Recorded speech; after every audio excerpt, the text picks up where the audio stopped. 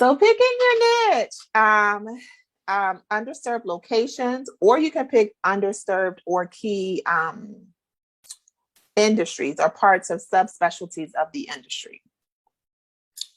So Yvette is a great example. That's why I put her up here, of somebody who picked a specialty. So she's a nurse practitioner, and one of her specialties became travel nurses. So many times people think, oh, I can't start here, I can't start there. It just depends, doing a specialty such as like travel nurse practitioners is a niche.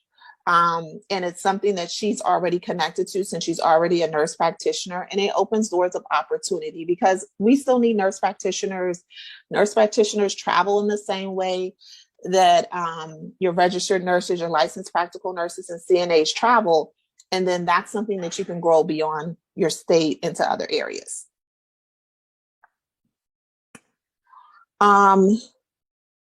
So one of the things you want to consider when thinking about your niche too is, why would a nurse choose to work with your agency over another agency? And I think this question came up in the group quite a few times, but most recently this past week, is how do you retain staff, is essentially how the question was phrased. And in this market, it's hard. So for those of us who started a couple of years ago, it was less hard than it is in this market. And a big part of being able to do that is asking people what they want. So every person is different. So not every nurse takes an assignment just for the money. They may take it for the location, but finding out what your particular pool of employees is looking for is key, and meeting them somewhere in the middle.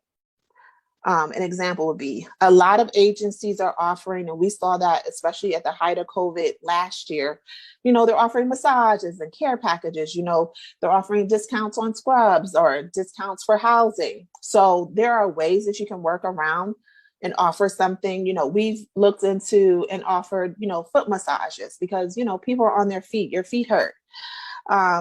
So just getting creative with it so that you're just really appreciating them.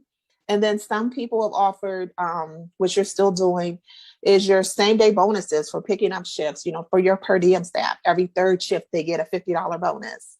And, there's ways to work that out into your bill rate. But those are ways that you kind of set them aside and really acknowledge them, which is a way for them to pick your agency over another. But in these markets, it can be very challenging.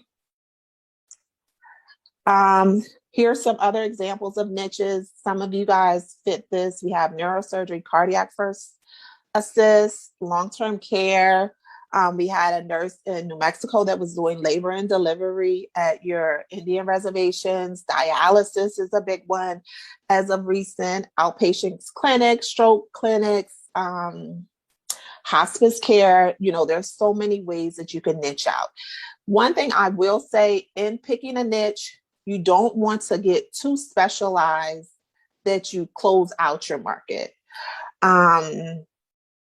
You want to make sure that it's something unique, something that your particular area might need, i.e. a place that may have a lot of dialysis centers, or a place that may have a lot of long-term care centers. That's a niche, but if you specialize too much, you won't be able to grow or add to what you're doing. Of course, you want to create a unique skill set, as well as set yourself apart from other staffing agencies who can't be as precise. And what makes that great is that really only your smaller, mid-sized, smaller agencies can do that. So we can only use, which is also a niche, the niche of being nurse owned. Other large agencies can't say that because they're not, or small business nurse owned. They can't say that because they're not. So those are things that you definitely want to consider as you're thinking about like how you're marketing your agency and what you're sharing with others about who and what your agency is. It's always great to say that you're a small business, but it's even better to say that you're nurse owned.